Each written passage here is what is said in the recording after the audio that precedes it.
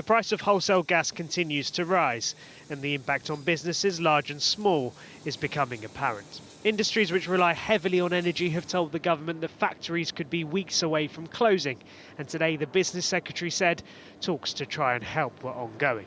I think it's a critical situation. Clearly, I'm speaking to industry, as you've said, all the time. And high gas prices, they've quadrupled this year, are making an impact. And that's why I'm, as you say, speaking to people, listening and trying to work out a way forward. But so far, since the start of the crisis, there's been no new additional support for industries. And many, including those in the steel sector, say they are running out of time. If government does nothing, we would start to see job losses in the steel sector. We need action now, not in the next months and few months or up till Christmas. Because if we don't see action now, then we will, as a steel sector, not have a Christmas to look forward to. They say they've submitted a number of proposals, including a price cap for businesses, which is similar to what is in place for consumers.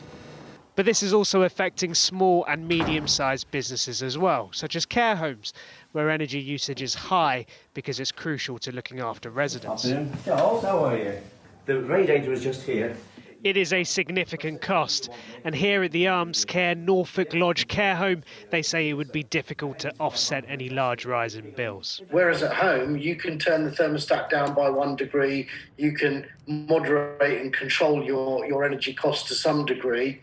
In a care environment, you can't. The heating is on, the hot water is on, it's on 24 hours a day, 7 days a week, 365 days a year. The government says it is engaging with businesses to try and find solutions, but pressure is mounting on all sides for extra support.